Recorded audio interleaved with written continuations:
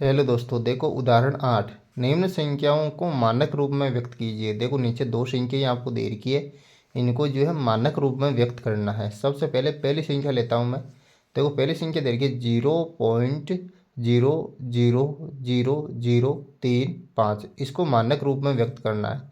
देखो सबसे पहले क्या करूँगा, मैं पॉइंट को हटा लूँगा और पॉइंट के बाद में कितनी संख्या है, यहाँ पर 6 संख्या है तो 6 जीरो लगाऊंगा एक के बाद में, यानी कि ऊपर जो है 35 है और पॉइंट को हटाया तो नीचे एक के बाद में 6 जीरो लगा दूंगा। तो ये लगा दिया मैंने एक के बाद यहाँ पर 6 जीरो। अब देखो यहाँ पर क्या करूँगा, मैं ऊपर लिखूँगा वापस 35 ऐसा का ऐसा, ये लिख दिया मैंने जो है यहाँ पर 35। और नीचे जो नीचे संख्या दे रखी है इसको लिखूँगा मैं 10 की घात 5 गुणा 10 के रूप में। तो देखो यहाँ पर 6 जीरो है एक के बाद, तो 5 जीरो को लिख दिया मैं 10 की घात 5 के रूप में और एक जीरो बचा तो उसको लिख दिया 10 यहाँ पर।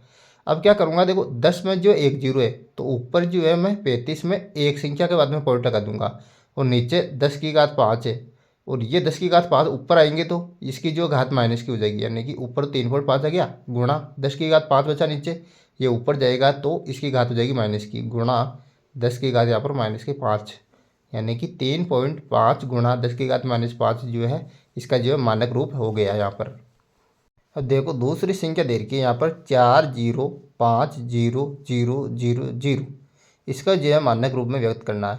देखो मैं 4 के जस्ट बाद में पॉइंट लगाऊंगा तो 4 के बाद में कितनी संख्या है, 2 4 6 संख्या है। तो देखो वापस उतार दी मैं संख्या 40500000। देखो 4 के बाद के अंदर जो है 6 संख्या है तो नीचे जो है मैं एक के बाद में 6 जीरो लगूंगा।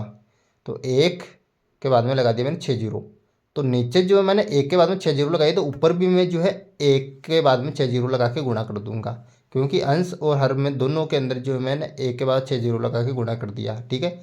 अब देखो 4 जीरो से 4 जीरो यहाँ पर कैंसिल हो गए। अब कितने जीरो बचे, यहाँ पर 2 जीरो बचे तो 5 और जीरो के बाद में पॉइंट लगा दूंगा, यानी कि 4.05 हो जाएगा और गुणा ऊपर जो एक के बाद में 6 जीरो इसको क्या लिख सकता हूँ मैं, 10 की घात 6 लिख सकता हूँ। तो इस प्रकार से आसानी से आप जो इसको भी मानक रूप में व्यक्त कर सकते हो। Very simple.